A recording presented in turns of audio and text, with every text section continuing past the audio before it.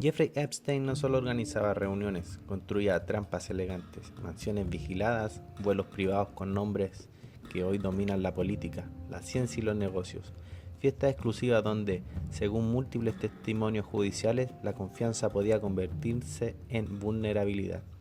Durante años fue el hombre que lo arreglaba todo. Conseguía financiamiento imposible, conectaba a figuras influyentes y resolvía crisis antes de que explotaran. Pero su verdadero talento parecía ser otro: lograr que las personas más poderosas del mundo bajaran la guardia frente a él. Tras su arresto y su polémica muerte en custodia federal, el caso no se cerró y se volvió más inquietante. Cámaras instaladas en propiedades, registros de vuelos comprometedores y archivos desclasificados que muestran conexiones incómodas. Algunos hablan de manipulación brillante, otros de un sistema de chantaje cuidadosamente diseñado. La pregunta no es solo qué hizo Epstein, la pregunta es cómo logró hacerlo. ¿Por qué cuando el poder se siente intocable deja huellas? Y algunas todavía no se han borrado. Antes de las islas privadas, los jets y las agendas llenas de nombres poderosos, Jeffrey Epstein era algo mucho más difícil de definir, una incógnita. Nació en Brooklyn en 1953, en una familia de clase media.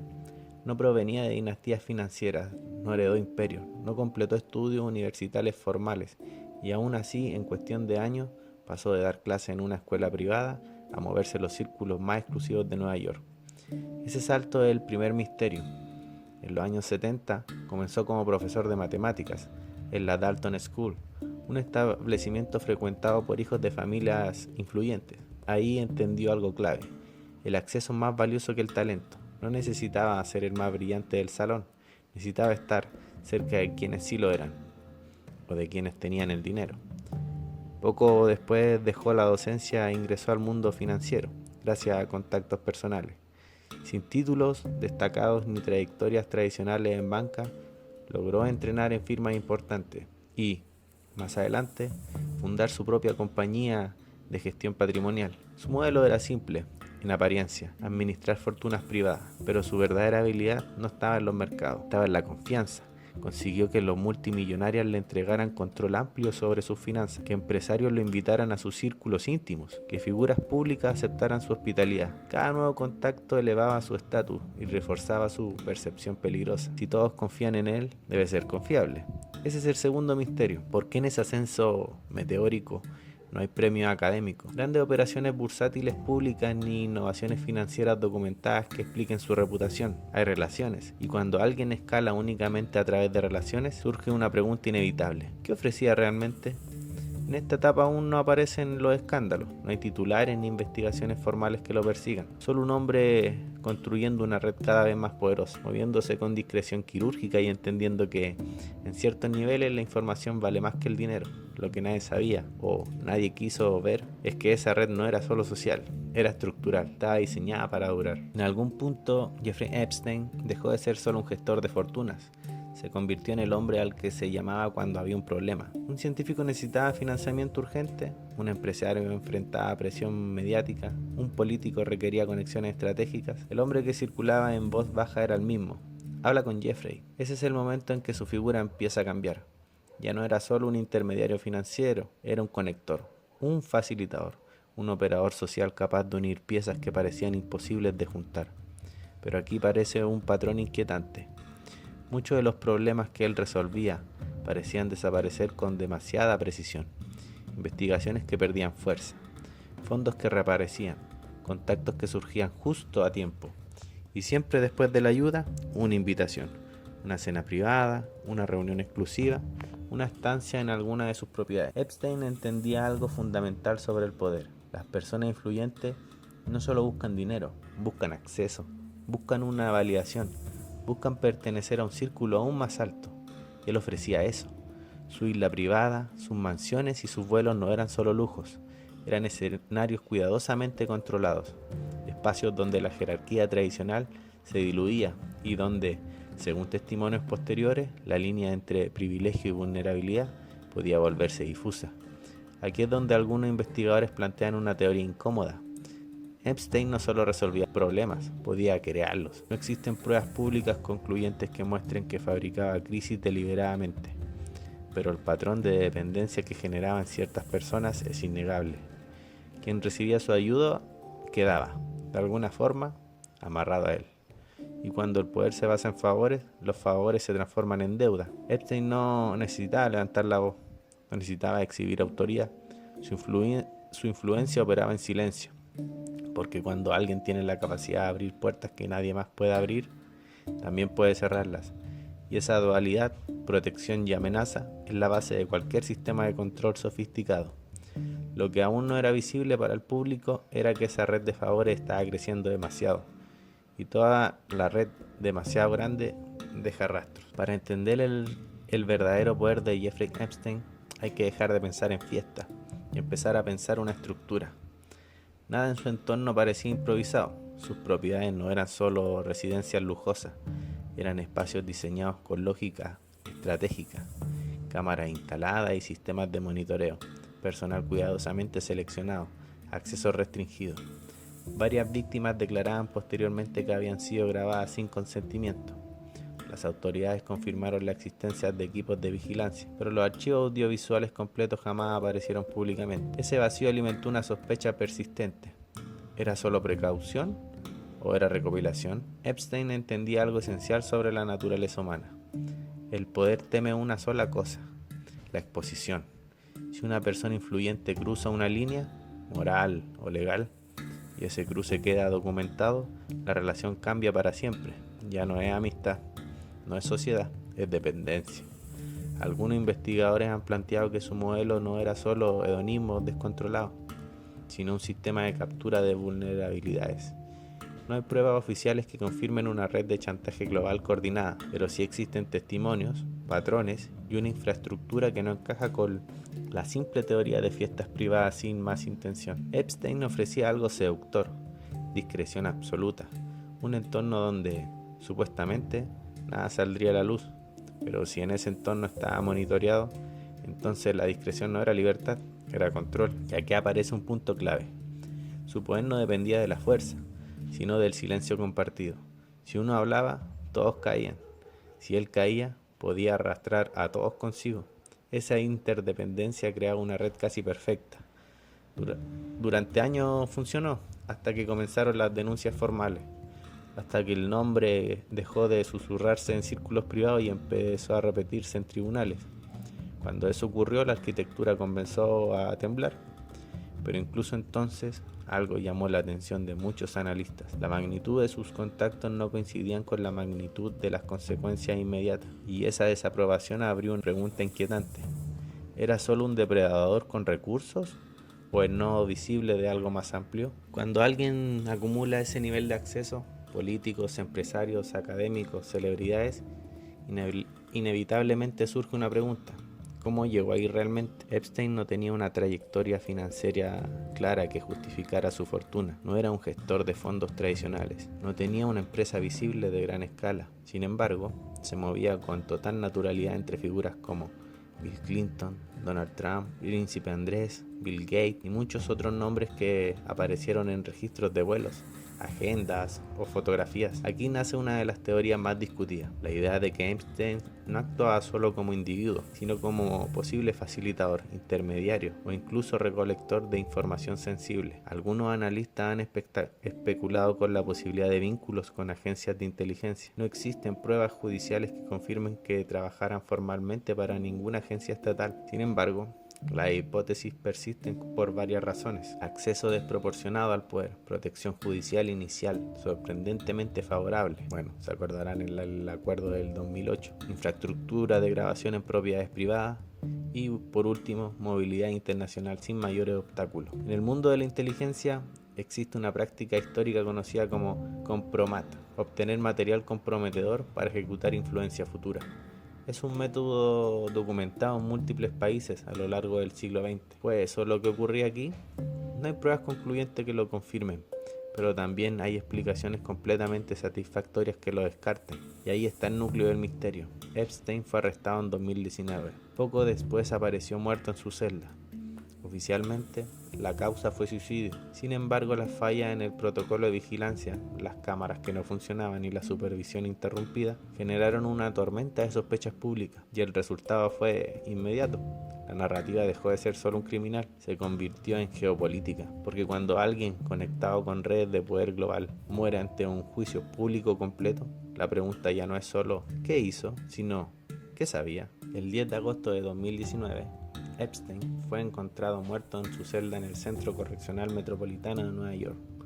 La versión oficial, determinada por la oficina forense de Barbara Sampson, fue suicidio por ahorcamiento, pero el contexto convirtió este dictamen en el inicio de una ola de sospechas globales.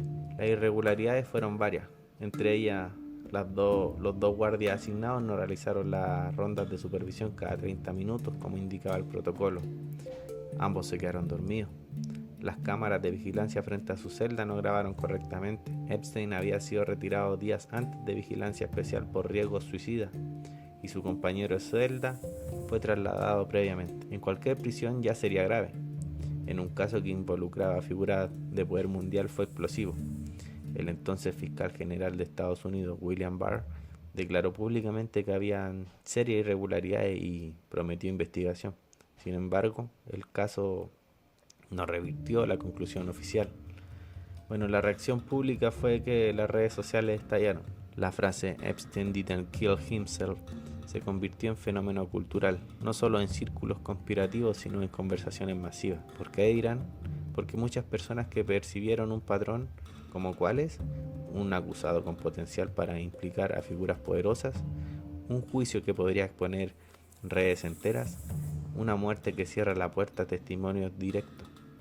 Cuando la justicia depende del testimonio de alguien con información sensible y ese alguien desaparece antes del juicio, la confianza pública se erosiona rápidamente. Bueno, ¿y qué pasó con la red? Tras su muerte el foco se desplazó a su colaboradora más cercana, Ghislaine Maxwell, quien fue arrestada en 2020 y condenada en el 21 por delitos relacionados con tráfico sexual de menores. El juicio confirmó que el sistema no era improvisado, había estructura y reclutamiento logístico, pero el gran interrogante persistió. ¿Por qué no hubo una lista pública formalmente de clientes? ¿Por qué muchas personas vinculadas socialmente nunca enfrentaron cargos? La respuesta oficial es simple: aparece un registro de vuelos o fotografías, no constituye evidencia de delito. La respuesta pública es más compleja. El sistema parecía incompleto. Bueno, y el efecto duradero en esta historia es que la muerte de Epstein no cerró el caso, lo expandió mucho más. Transformó un proceso penal en un símbolo de desconfianza institucional. Para muchos el caso representa la percepción de que existen niveles de poder donde las consecuencias no operan igual, y esa percepción, independiente de su veracidad total, tiene impacto real, porque cuando la ciudadanía siente que la ley no es simétrica, la credibilidad del sistema entera se debilita. Uno de los momentos más polémicos de la historia de Epstein fue el acuerdo judicial del 2008, que lo protegió de la mayoría de los cargos federales. Este pacto no solo dejó impune a Epstein, sino que también dejó a muchas de sus víctimas sin justicia completa, lo que hace que este acuerdo tan escandaloso no es solo que fue excesivamente indulgente, sino que también fue mantenido en secreto durante años, rompiendo la expectativa básica de transparencia en el sistema judicial. Epstein se declaró culpable de delitos menores a nivel estatal, evitando cargos federales más graves que podrían haberlo encarcelado por décadas. La fiscalía permitió esto y su abogado negociador logró condiciones que incluían mantener en secreto el nombre de las víctimas y evitar procesos judiciales completos. También posibilidad de salir en libertad condicional relativamente pronto, con pocos controles reales realmente. Este acuerdo creó un precedente inquietante. Alguien con poder, dinero y conexiones podía negociar la justicia a su favor, mientras que sus víctimas eran obligadas a permanecer en silencio. Muchos investigadores y expertos consideran que este acuerdo fue un fallo sistémico, que no solo permitió a Epstein continuar su red de explotación, sino que también dejó a la opinión pública con la sensación de que el sistema protege a los poderosos y no a las víctimas. Dentro de toda esta historia también hay un personaje bastante clave, que es Ghislaine Maxwell. No era solo la pareja de Jeffrey, sino que la pieza clave en su red de explotación.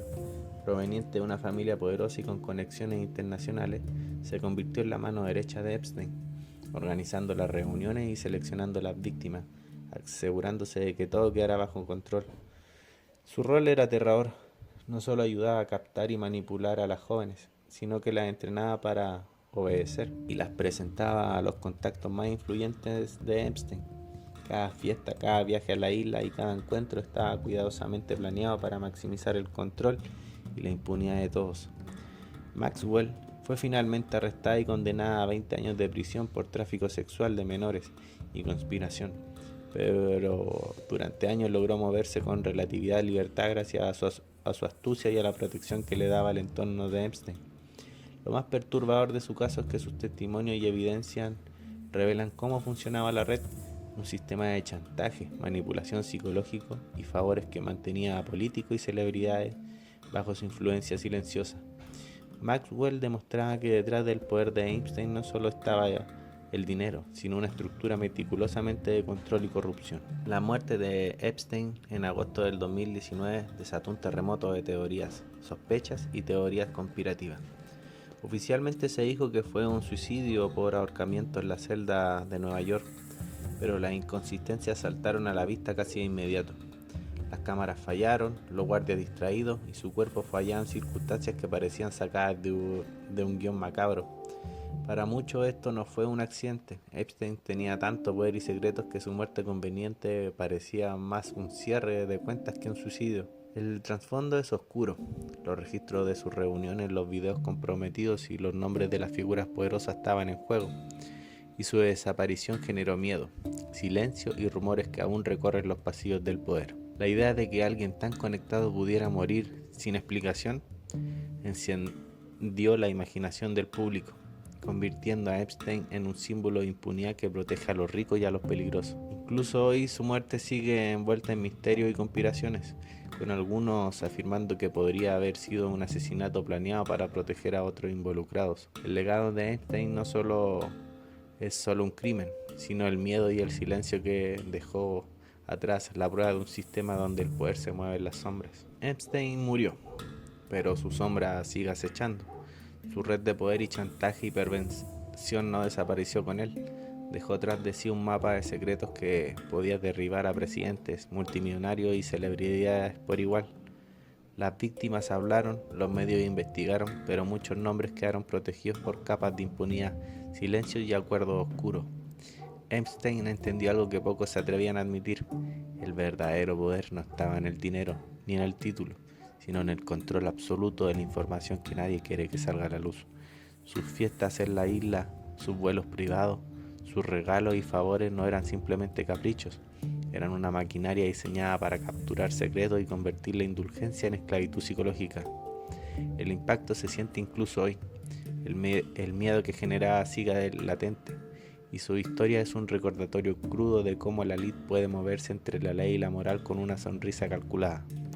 Aunque muchos quieran olvidar, Epstein dejó un legado de vulnerabilidad expuesta y de impunidad sistemática, enseñando al mundo que en ciertos círculos el poder se juega en la sombra y la justicia es solo un espejismo.